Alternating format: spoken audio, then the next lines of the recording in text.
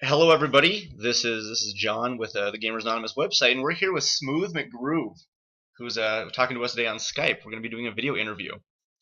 So, what's kind of cool about this is I was looking at some stuff online, and I saw that you had actually done an interview with IGN about like a week ago. They had posted an article on the 15th. And a lot of the questions I had written out were actually really similar, so I decided we're going to try to switch things up and make this more of like an interview conversation rather than just, what's your favorite game, what's your favorite song you've done, stuff like that. Like we'll get into that, but I figured we'd make this a little bit more of like a back and forth kind of thing. So Cool. yeah, right on, man. So I noticed that you started your YouTube thing. Looks like late last year is what you had a couple like original songs written. You've done like the Minecraft song and the Strength song and stuff that's just tremendously catchy. So yeah, it's very much appreciated by myself, employees. We play your music in the store and customers like it. So it's just something kind of fun to listen to. What made you decide to get in? You've been a musician. You've got guitars in the background. You said you play the drums. I mean, so I imagine you're sort of a jack of all trades when it comes to music.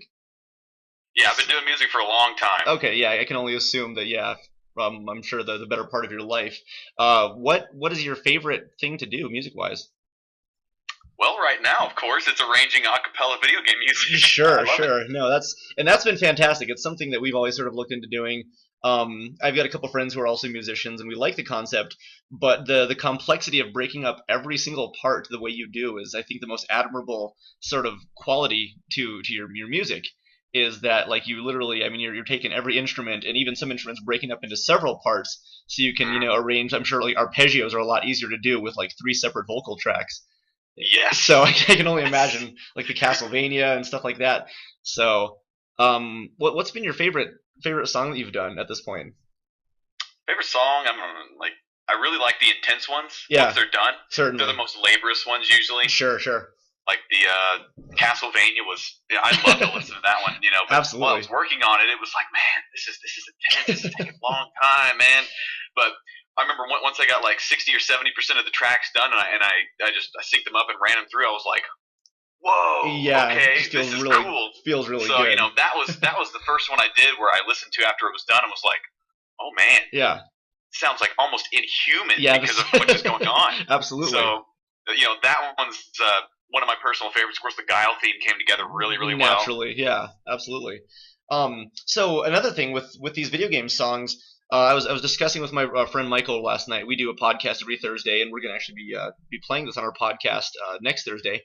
Are the songs that you do like? I'm assuming that a lot of this kind of stuff are video games that you've grown up with, video games that you've been playing, and you just from memory say, hey, I remember the Palace of Zeal. I remember Mega Man, Dr. Wily music, because some of these are fairly popular songs, which is great because they really stick out in your head. I assume that all the songs you've done are from games that you have like good memories with, growing up with the stuff. That's good. Okay, what's your favorite game? That's a loaded question because it's so big. But I mean, if you had to choose, that is a loaded question. We'll say based off of 2 criteria. What's your favorite game to play, like classic childhood, Mega Man or Mario or whatever it is, and then what's your favorite game soundtrack, which is also really big. Well, probably favorite game soundtrack overall, just from. Like, if I could choose to do one soundtrack and stick with it, I actually had this conversation with a guy the other day. Okay. Probably Final Fantasy VII. Oh. Because, I mean, the songs from that game run from, like, scary to, like, victorious and joyful and happy to, like, just weird, it's like sleazy in the slums and, all the battle themes. I did the battle theme and very that, intense. Of course, is a whole different thing. And, of course, I did Genova, which I love the complexity Wonderful of that, the arpeggios and stuff. So as far as soundtrack, that, I would probably said a few months ago, Ocarina of Time, but I've been listening to them back and forth, and Ocarina of Time is a great soundtrack as well. It's very experimental for the time. Absolutely. Koji Kondo did the fluctuations in time, like putting those songs together was kind of a challenge because he really stretches the tempo back and forth like the Song of Healing. Yeah. I had to struggle with that whenever arranging it. But, I'd say Final Fantasy VII music-wise. Okay. I mean, all the Final Fantasy games have amazing music. It's pretty hard to go wrong with that. I'm a Nobuo fanboy. Yeah, I certainly. love him. non-classically trained, but just intuitive. Oh yeah. Creates those emotions, and just everything gets you. Yeah. Yes, as far as like game to play. Yeah. I have no idea. that's big.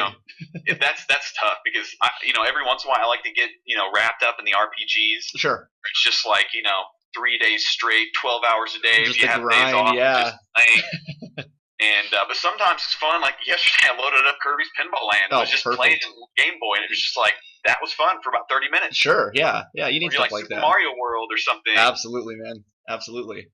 Good. So you've grown up, like, I'm assuming, with the era of NES games. I mean, like, did you grow up NES, Super NES, and like do the whole 9 yards, or did you ever follow? That was kind of weird. I had one of the late Ataris. I'm not sure what model it was because I was like 4 years old. Sure. My dad brought it home from a pawn shop, and I vaguely remember playing the games like Pitfall or Pit Fight or something like that. Yeah. I haven't looked into it, but I remember the extreme blocky graphics, and then my first real memory of video games playing myself was the Sega Master System. Oh, excellent. Okay. My dad traded that in because he worked at a pawn shop. He traded that in for the newer Sega Master System, which certainly none of my friends had. It was a flop in America. Yeah, not a lot of people. I had it, and man, it was great. Yeah. Alex the Kid had Bomber Raid, Afterburner, which is a well-known game, and Miracle Warriors, which is not a well-known RPG, but it was awesome. That was my first experience in the RPG world. Okay. Like, I played that game for months and months, never beat it. I was too young. I didn't know what was going on. And then Phantasy Star 1. Oh, naturally, yeah. Picked that up at a pawn shop. Hooked it into the Master System, and that changed my world. I was like, whoa, everything and I actually ended up beating that. Damn, that's impressive. 10 years old. The most tedious grind of an RPG I think I might have ever played, especially for that era. That era. And the graphics and the colors and the music was wonderful for vibrant that system. I remember the first video game song I ever learned on piano was the opening theme to Phantasy Star 1. My little 9-year-old fingers are picking that out. Perfect. I still know it to this day. But then after that, it was the Super Nintendo. I think I got it 92, Christmas of 92. Right. And the first game, of course, was Super Mario World. Oh, yeah. Legend of Zelda, Link to the Past. Man, yeah.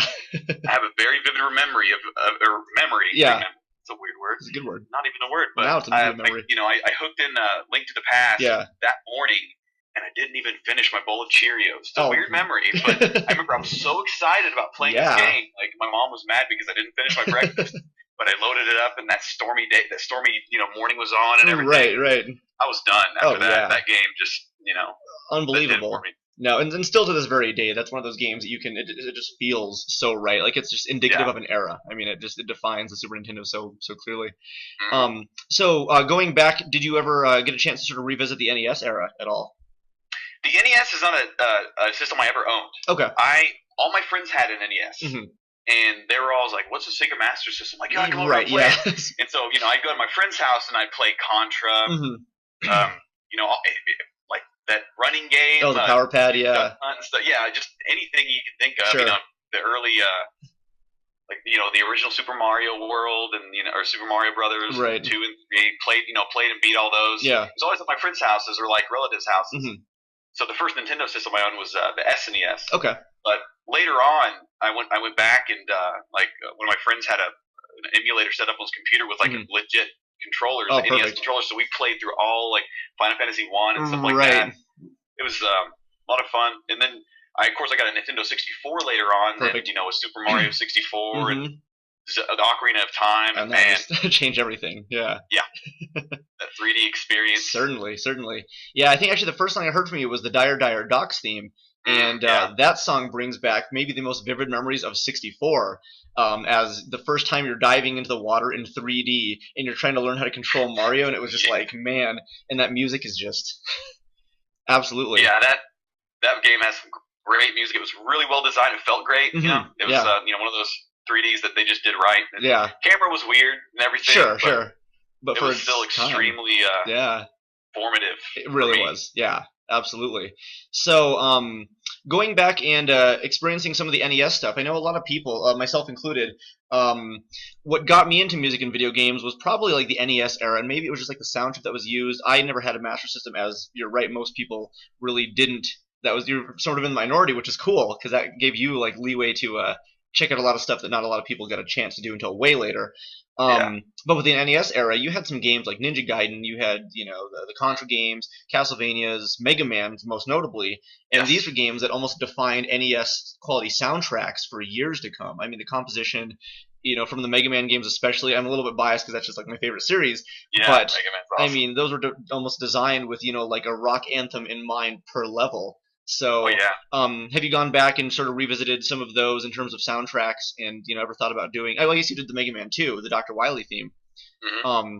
Is that one just like super iconic to you, or do you have like any other Mega Man games that maybe stick out in your head? Yeah, I did the Dr. Wily theme. First of all, it's iconic and epic, and second of all, it's like That's it was the amazing. most requested song I had. Certainly. I'd read the comments and just bam, Yeah, absolutely. like every 10 requests was that one.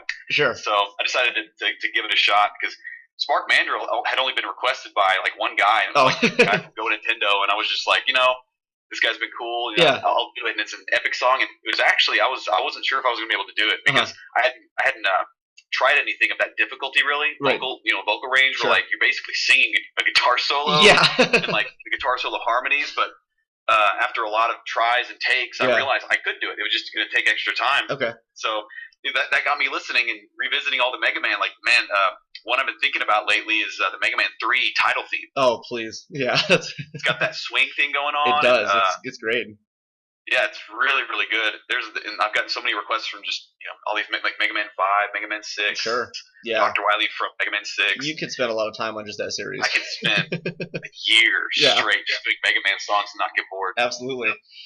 So what I want to know is when I would play music, I can hear stuff by ear pretty well, pick out a harmony, pick out a melody decently well, but as the games get more complex, they have more sound channels, especially PlayStation and 64 era, where they're throwing a bunch of stuff in there. How do you end up breaking these parts down? That's what I want to know. Well, it helps to know the songs. Sure. For instance, like, since 2005, I've had a lot of game soundtracks just on CDs. Perfect. And I would have them in my car when I was driving to college, driving to work, whatever. Right. So, having those melodies and percussion tracks and everything memorized really helped. Right. Just like the Ocarina of Time, I looped that for like 3 months straight once, certainly. just in my car. My girlfriend got mad at me and stuff. But I had, that's why I attempted Ocarina of Time stuff first. Sure. Because it's got a lot of tracks. It was complex, but had it memorized. Okay. And Final Fantasy VII, again, that's another soundtrack that I listen to all the time. Right. My brother and I both played that game multiple times. And put in the 99 hours plus. Yeah. So all those songs just kind of. But again, going back and picking them out, like the battle theme was tough because I would put it on and I'd be there's all these instruments going on, and I just pick out one at a time, and it's tough. But I've done music for a long time. I grew up in a musical family. Okay. The more you listen to music, you develop your ear. Certainly. And you get an ear for melody. And I've actually been a drummer for the past 17 years. That's been like how I've made a living is teaching drum lessons. Okay. So the percussive elements are probably the easiest part for me. Excellent. And I don't know what to say. It's more just like it takes a lot of time. Yeah. Like I've done a few non-video game songs as well, and that's almost more tedious because in video game music, the tracks are usually MIDI oriented. Even in PlayStation 1, they're very MIDI sounds, unless you're like listening to, I don't know, what was that song for Final Fantasy VIII where they had the full choir? Oh, the actual, yeah. I have a guy that's been requesting that a lot, but that kind of stuff's harder. But the more simple the songs, like the more simplistic the sounds, the easier it is to pick out. Sure. I've been listening to some like Castlevania Symphony of the Night stuff lately, and I was actually going to ask about that because like that's awesome. Because I had a friend, my friend Al Kaiser, who's kind of well known in the gaming community. We talk all the time. Yeah. And he suggested Symphony of the Night stuff. Certainly. And, I actually hadn't played that game, so I still haven't played it all the way through. I watched some videos of people playing it and was listening to the entire soundtrack. Oh man, I would love to do some songs from that game, but I listened to like the Bloody Tears version from that game, and it's a lot harder to pick out what's going on. Sure, yeah. They add reverb and they have all this stuff, and it's not right. So it's not like the Castlevania 2 where I just took like the 3 sounds and the noise track. Yeah. Broke that apart, added my own stuff. It's like, okay, what am I hearing here? Okay, is that a reverberated string? Yeah. Violin or is that a cello? Okay, well, so it gets tedious and tough. Sure. But I'm actually working on a song right now. I'm not going to give it away, but it's the most insane song I've tried. Oh, I'm excited. I may not get it out, in my weekly deadline, but I'm trying. Yeah. And it's probably going to end up with like 25 tracks, probably. Oh man, okay. And I don't know how I'm going to do the video, but right. I think if I can do this song that I'm working on right now, I can probably do the thing, which is why I'm attempting it. Certainly. It's been requested, but I'm not going to give it away. But totally I'm excited. Fine. Yeah. So absolutely, yeah. No, tackle the hardest first and sort of see where that goes. And that gives you a lot of room to later be like, oh, this is a piece of cake. So, okay, well, that's exciting. Yeah, thinking about Castlevania Symphony of the Night, and the best part about video game soundtracks is I'm still to this day finding games from various eras, even NES games, Super NES games that I just never had heard music from, that I can go back and be like, holy crap, this is mind blowing. I can relate. Yeah, like there's just so much out there, and a lot of fan favorites. You did Chrono Trigger, and I'm a huge fan of the Chrono Trigger soundtrack, and this is sort of blasphemous for a lot of people, but I actually like the Chrono Cross soundtrack even more. Hey, you're not alone. Yeah, it's unbelievable. That is maybe one of my favorite soundtracks of all time, along with F-Zero GX especially. There's just such a wide range of styles, and it just... F-Zero has great songs. Yeah, absolutely. So those are hard to go wrong with. But I was very, very, very curious as to just sort of the complexity. How long does it generally take for you to? I guess you're doing this weekly at this point, so trying to. Yeah, no, that's pretty ambitious as well. So, do you feel as if there's ever any projects that you've gotten into that you're just like, man, this is just I gotta fudge something, or I gotta figure out something else, or like. Yeah. I can imagine only all the time. Okay. Yeah, like the first instance I had of that was the Genova theme. Yeah. Because I was like, that wasn't I've been doing Zelda stuff. And, I did like Balan Garden from Final Fantasy VIII, which I love. I love that whole soundtrack. Oh, it's great. I was like, dude, Genova song. I was talking to my brother. I was like, man, that is awesome tune. And I'd love to try that because that's like pushing the limits. Like again, in human sounding, if you could get it to sound right. Yeah. And as I was working on that, it's similar to the one I'm doing right now, except I think the one I'm doing right now is on an even different level than that. Sure. But I kind of found out that, first of all, there's a lot of high notes that I can't hit in a lot of these video game songs. Like, I'll either have to whistle them, or if there's not room to whistle, I just have to pick a different note. And I had to do that with the Genova. Okay. And luckily, no one's noticed that, or at least in the comments I've read. Yeah. No one's noticed that I've missed a high note in one of the arpeggios in there. But I had to fudge that. And I've reached some conclusions with my own arrangements where I realized, okay, this won't work in acapella. I'll have to do something else. Yeah. Like the Chrono Trigger song I did, I did the snap and the clap thing where I realized that sounded better than what I was doing, trying to imitate the actual drum noises. Beatbox it kind of thing? Yeah, because I have a beatboxing track on that with the toms, but I realized that, if I just snap, and clap, not only does it sound better, it's more percussive, and it was like a lot easier. Yeah, okay, excellent. To do. So things like that happen every once in a while. Of course, like I'm not sure if you've heard my non-video game stuff. I did like a Flaming Lips song, and I did that Fall Out Boy parody. That was just a fun thing for me to do. I'm not like a Fall Out Boy fan, but I wanted to parody that song because I thought the original lyrics were ridiculous. Yeah. Things like that where I'll take guitar tracks, vocal tracks, even like just really heavily produced, I don't know what tracks, and do my own thing with it just because I have that license with it. Cool. And I want to have fun. Like Stone Tower Temple from Majora's Mask. Yes. Like I did that one, and that one was a request, and I was like, oh, that's a cool song. I want to do that. It's just like dark and ominous. And some guy left a comment the other day who was like, you made a big mistake with that. At 50 to 55, it's supposed to do this, and you did that. And I'm just like, the comment. I could have been really negative, but I was like, you know what? That's a really powerful melody right on that part of the song. I chose to belt it instead of bring it in. That's just what I wanted to do. Certainly. And so, I make these creative decisions. Absolutely. And every once in a while, people are like, "Oh, you shouldn't have done that. That's a huge mistake." But for me, it's like, that's what I wanted to do. Yeah. I'm having fun with this. If I wasn't having fun with this, I would do it. Absolutely. So. Yeah, you're always going to sort of meet the purists who want to hear it a certain way. But yeah, it's your song, it's your thing, and you got to make it yours. So that's a good call on that, I think. There's another question I had. Okay, so you're doing a song and you repeat, say, I guess it depends on like the normal song length, but you're doing them for about, say 3.5 minutes, depending on the kind of song, how long the actual initial loop is. How many takes does it generally take you to do some of these? Because I can imagine some are pretty easy to do straight through, and then some your mouth just gets tired, you lose the rhythm, or you're just like, and I can only imagine some. The Mega Man bass line. Right, like exactly. For like 2.5 minutes straight. Yeah. Yeah, that type of stuff. Like I realized pretty early on that if I'm doing very repetitive lip tracks, I have to put like something on my lips, like chapstick, certainly, or like some type of like coconut oil or something that keeps it from sticking and getting dry. Or like another thing I encounter is like dry mouth in general. Right. So I make sure I drink some water, absolutely. put some sugar in my mouth or something to keep my mouth getting dry throughout this entire take. Yeah. So I've encountered those things. And as far as how many takes it takes, how many tries or how many takes, I don't know how you phrase that, but anyways, it takes a lot for the really, really intense tracks. Sure. Spark Mandrill, for instance, with that guitar solo or the Guile theme, those like really high notes, and like it's like I can hit those high notes pretty consistently, but it's like making it sound good and making the slide up sound legit. Yeah. Oh man, I probably had like 30 takes on the Guile theme main track, and Spark Mandrill maybe even more, because I was like not confident. Now I would get a track and I'd almost nail it or maybe nail it, but I was like, no, I don't know, man. Yep. So confidence has been a huge thing. You can even see it if you watch my videos like early on. Like Zelda's Lullaby was the first, and I didn't know what I was doing.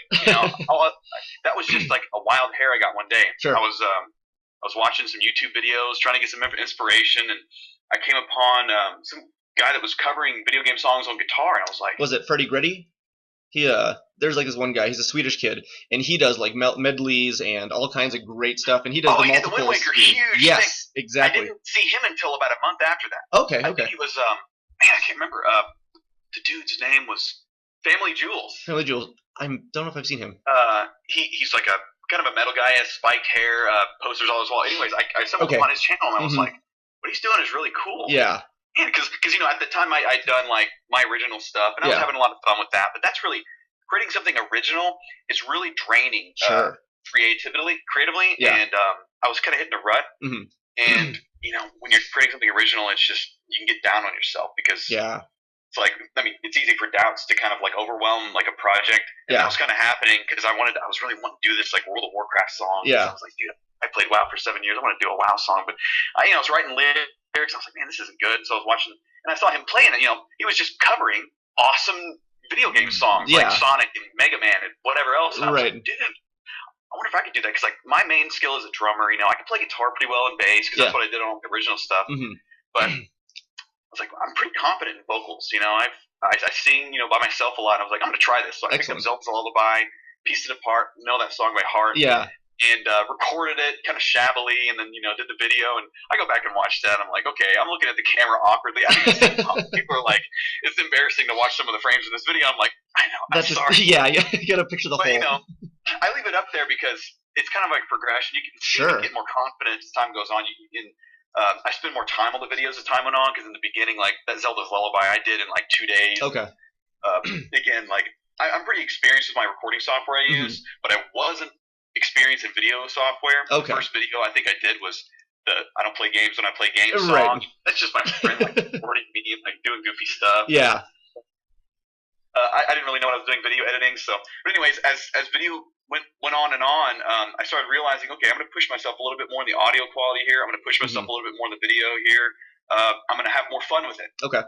Because that's what it comes down to. I have a lot of fun when I'm thinking about this, but when it came down to recording, I was like, oh, I have some doubts. Yeah. But as it went on, I realized, you know what? I've been doing music a long time. I've got a really good ear. I have studied drums with a metronome for 17 years. I've got really good time, which is the hardest part, doing this stuff. And you can ask anyone who does these multi-tracks, the hardest part is not like hitting the notes or whatever. It's like making sure you're on time. Yes. Because if you're like a quarter of a note off between, consistently between tracks, oh my gosh. I mean, even if they're great tracks and they're not synced, it's just not going to sound good. So that is, practicing. Practicing phrasing, especially the fast stuff. Yeah. So, I don't know. I forgot exactly what your question was, but I like this tangent. It's probably a lot better to talk about that.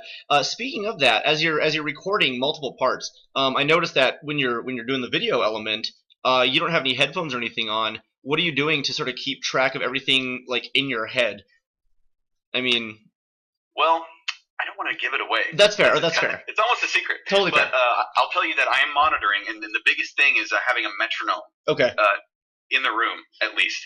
That makes sense. Visual, okay. Like a visual metronome. I'm not sure if you've ever seen, like, I teach or have taught drums for a long time. Yeah. Metronomes have they got that going on. Right. But they also have a beep beep, like a light or like a thing going back and Certainly. forth. So having that element, a visual element, yes, is key for me, anyways. That makes a lot of sense. I can keep track of that pretty well. And there's another trick I use, but I don't want to give it away. Hey, that's totally fair. I'll give it away probably later in a Q&A. But certainly. Yeah, that's fantastic. It's there's just so much to this, and what's kind of nice is to the untrained ear, no matter what, all this is going to sound great. That's not to discount the quality of what you do, but what's nice is that you can do a lot of stuff that to people who aren't super musically inclined, if they want to pick it apart, that's just what people are going to do sometimes.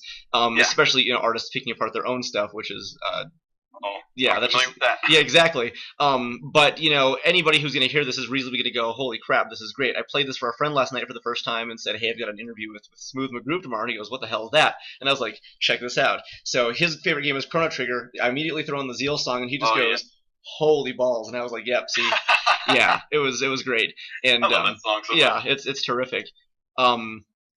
So as far as like any actually, one other thing I wanted to ask you about. You've been doing music for a long time. You started doing, the a cappella videos in the recent months. Have you played in any bands where anybody else could listen to something that you've done? Do you have any other albums or songs or anything else, just associated with like a band or a solo project besides your other YouTube videos? Yes. Excellent. I have a black hole on my hard drive that is just full of stuff starting from 2005 when I first started recording music. Yeah. Starting with like the early Sonar. I'm not even sure if that's around anymore. And then I started working with Reason.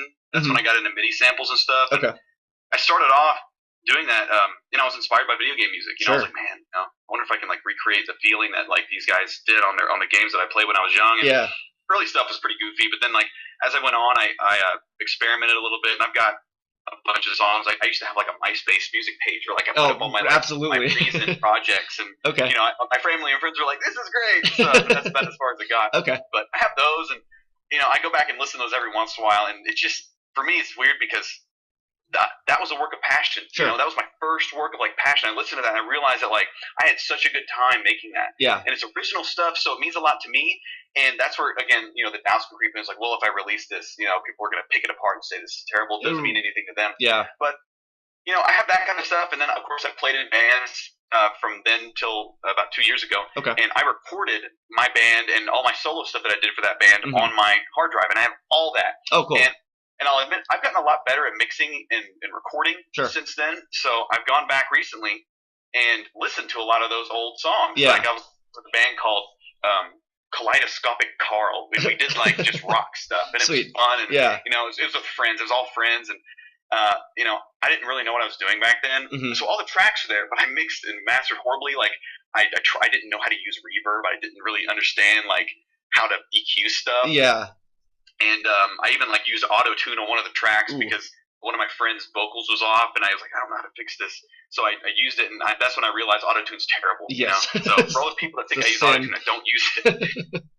When I hear someone use auto tune, it's the most obvious thing in the world. Yeah. Unless they're pro. Right. But anyways, that's a whole different tangent. But I've gone back and like listened to those, and I've even like remixed a few of them. Two of my favorite ones recently. Excellent. And one of my friends was over, and he was familiar with one of these songs, and we listened to it, and I was like, man, that sounds so good. I'm just using these tools that I've learned recently. Yeah. So I've been thinking about kind of going back maybe sometime when I have free time and taking those songs and like remixing them, remastering them, and then putting them out as like a side album. Oh, that'd be great. There's a lot of good material, and I feel more confident mixing. And man, as far as how many songs, there's probably like 40.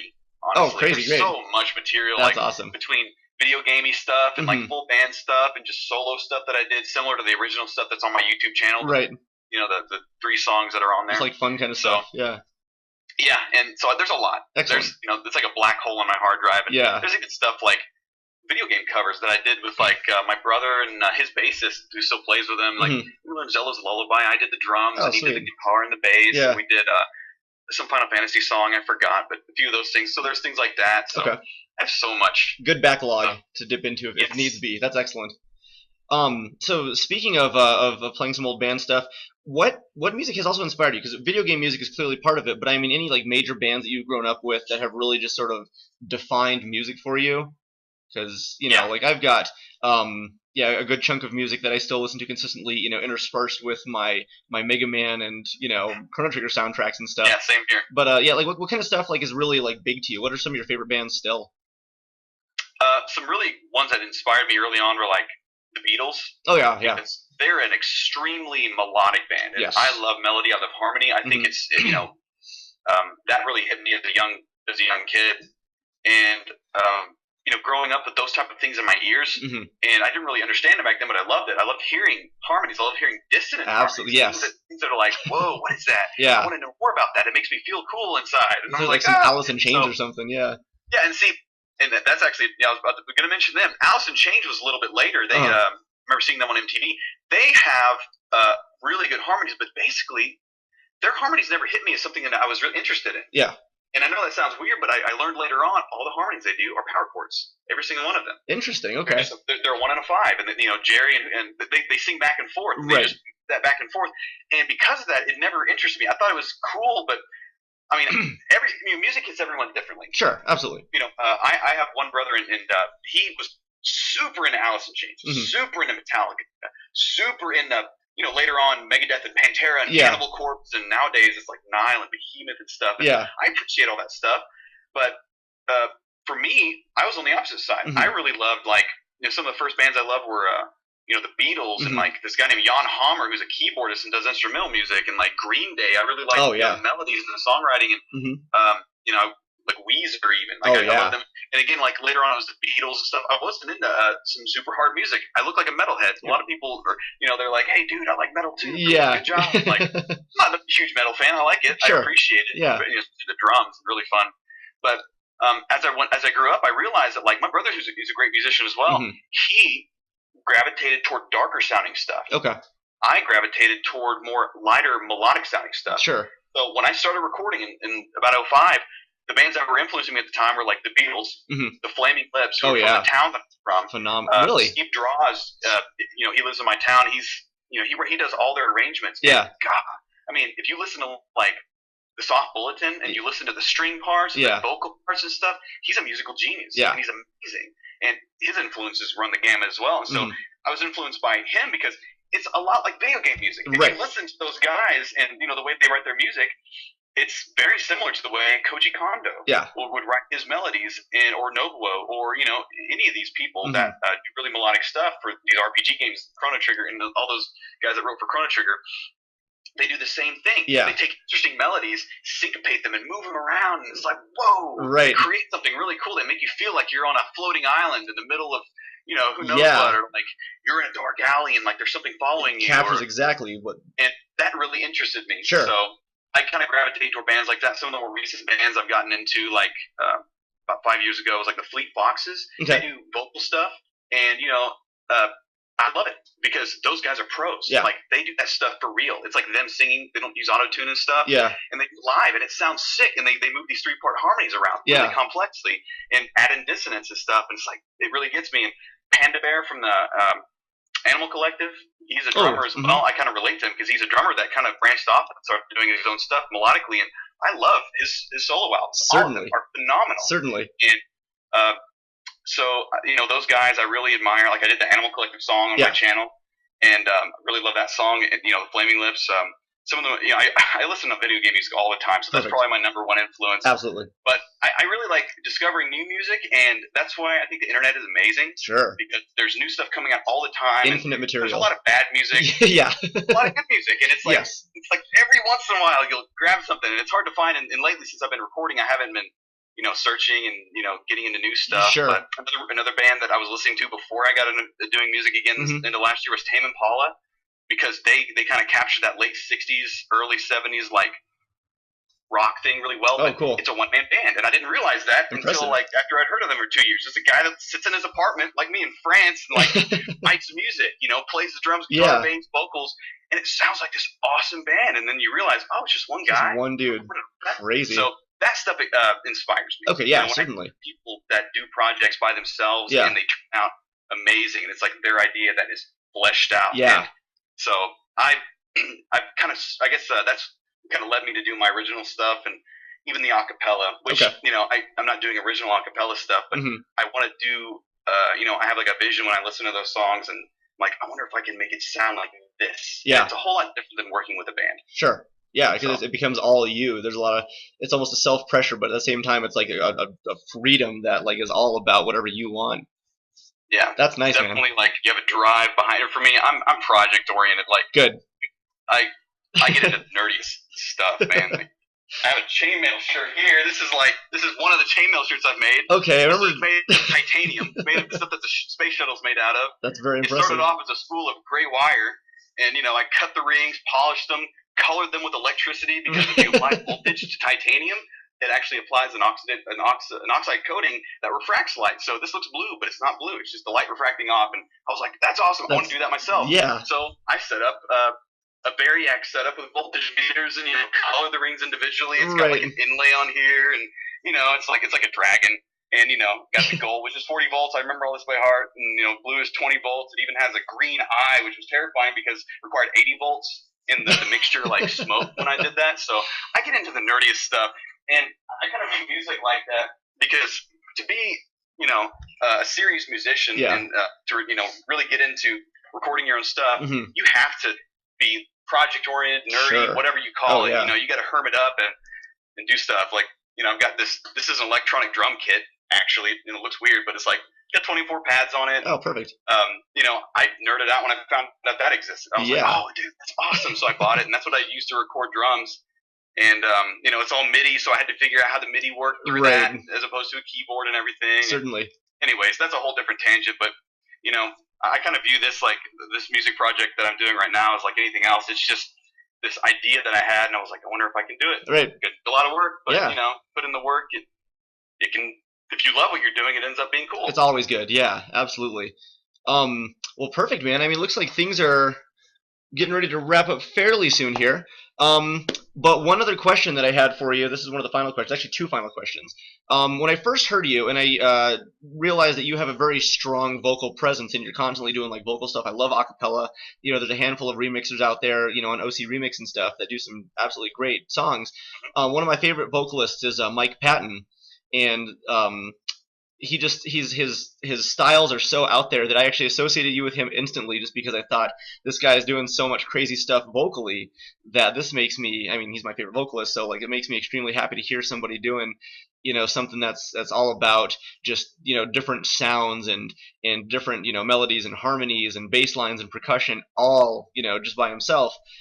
So that was really, really exciting for me. I guess it's not really a question, more of just a sort of general praise statement. Mike Patton, I've heard the name. I'm horrible with names. Basically, he's a lead singer. He just does tons of projects. Faith No More is probably the biggest thing he's done. That guy. Yeah, that guy. Yeah. Faith No More, Mr. Bungle, Tomahawk. I mean, he's got like a billion different bands and projects going on. Very versatile, extremely good vocalist. And so like I was actually really excited because again, you got great tubes here, so it's something that people enjoy, and it's a really fun, unique type of remix. It's not just a rock guitar. It's not just somebody's resynthing some MIDI files on the computer. It's like this is a brand new recreation, and there's a lot of charm to that, which I think people appreciate. Yeah, and it's pretty raw, Yeah, that's what I think is fun about it. Good, and I'm really glad that you're doing this, and and you've really blown up over the past weeks. I mean, what Destructoid and Screw Attack and like all these places. Go Nintendo, my favorite site. I'll give them a quick plug because I love Go Nintendo. Just you've been posted everywhere, and your video views are just skyrocketing over and over, and it's making me tremendously happy to see something like this really gain momentum. So that's really cool, and I just wanted to point out that it's great that you're doing what you do, and you do it extremely well. Well, thank you. I appreciate that. Absolutely, man. Absolutely. So then, one last question: how long have you been growing out both your beard and your hair? Well, the beard is more recent. Okay. That didn't start until like about 2 years ago. Okay. So I'd never had like a full beard. Yeah. So I started that, and the hair has been, man, it's last time I had a real haircut, like as short as yours. Yeah. I was probably in 9th grade. Oh, damn. Okay. It was 9th grade, and it was bleach blonde. It had been bleached 3 times to get it blonde because that's what I wanted to do. And I realized like short hair for me was so much more work. Sure. Put stuff in it to keep my cowlicks down. Right. Yeah. I do have to put up with that. So I grew it out and I cut off the blonde, and then by the time I was a sophomore, it was about this long. I was like, this is actually really easy. It like keeps down my cowlicks. Yeah. All you gotta do is brush it, and then you're good to go. Oh, you're lucky. And so that I just kept growing it. So I guess 9th grade I was 13 or 14. Okay. So by the time I was a senior in high school, it was really long, and I just was like, I'm gonna keep it like this. There so you go. It's been like that. I'm 28 years old now, so it's probably been 10 years that it's been this length. Okay. It gets like down to my waist, and I just like chop it off at that point. A little bit, yeah. That's pretty sweet though. No, it's cool. You have a great look, a very distinct element to you. I think the two nice things about your videos that are very consistent is that you're smiling a lot, which again I dig positivity, and it makes me feel like I'm really having a good time with you watching the videos. But also you got like this cute cat that comes up periodically and you're shaking around and. Yes, that's Charles. He's asleep in the corner. Right on. Yeah, he's pretty rocking. He's a nice little element to the videos. Or you got the neon colors and like stuff like that. That's just fun stuff. It's excellent. I'm glad you're making it like really fun, and it's good that you're like a nice, personable dude. And I think that that makes the videos even more enjoyable at this point. So. Well, thanks, man. Yeah, absolutely. So, really, I think that's sort of the majority of it. I think we got a good segment covered here, and we'll be hosting this on our, like I said, our podcast next week for the debut, and then we'll be putting it on our website garetro.com. Just to throw it up there for some fans, and get some more people hooked on your music. So, I'll be picking up a couple of your albums as well soon too. I've been meaning to actually grab both of those, and like I said, I got a couple things I'm sending your way just for the fun of it. So look forward to a package. I appreciate that. Absolutely, it's gonna be a good time. So maybe one of these days you get like the publicity and you show up to like an event like E3 and start wowing people. That's you never know. Yeah, man, I got an industry pass to E3 this year, which I was surprised. Oh, fantastic! So the YouTube network I'm hooked up with, they were like, if you want to go, ask. I was like, oh, it's worth a shot. And then it was like, hey, you got a free industry pass. I'm like, what? Excellent. I can go to E3 this year? Okay, so you're actually going to go this year? I want to go. I'm trying to talk people into going with me, but it's like $1,000 for the 3-day pass if you don't have a pass. If you don't have an industry thing, yeah, so that's pretty tough. Pass, so certainly. I'll probably end up going solo if I go. Okay. But I really want to go because there's a lot of people that are going to be going that I've been fans of for a long time, like people in the gaming industry, people that do YouTube stuff. Absolutely. Really want to meet all those people in person. So I'm going to try my best to get a plane ticket and fly out there. Certainly, yeah. Let me know because I'm actually going to try to make it as well out for my store, and awesome. I've got a couple of friends who are living out there, and I'll just try to shack up with them or something. But yeah, let me know. And hey, man, it's been fantastic, a real pleasure. Thank you so much for doing this interview with us. I think this is no problem. It's been fun, a lot of fun, and maybe somewhere down the line we'll revisit things, see what kind of new projects you got going on, and see where life is taking you. Sounds good. Sounds good. Well, cool. Again, thanks so much, and I'm sure we'll talk to you soon. Cool. Sounds good, man. Take care. It's fun talking. Have a good one. You too. Bye.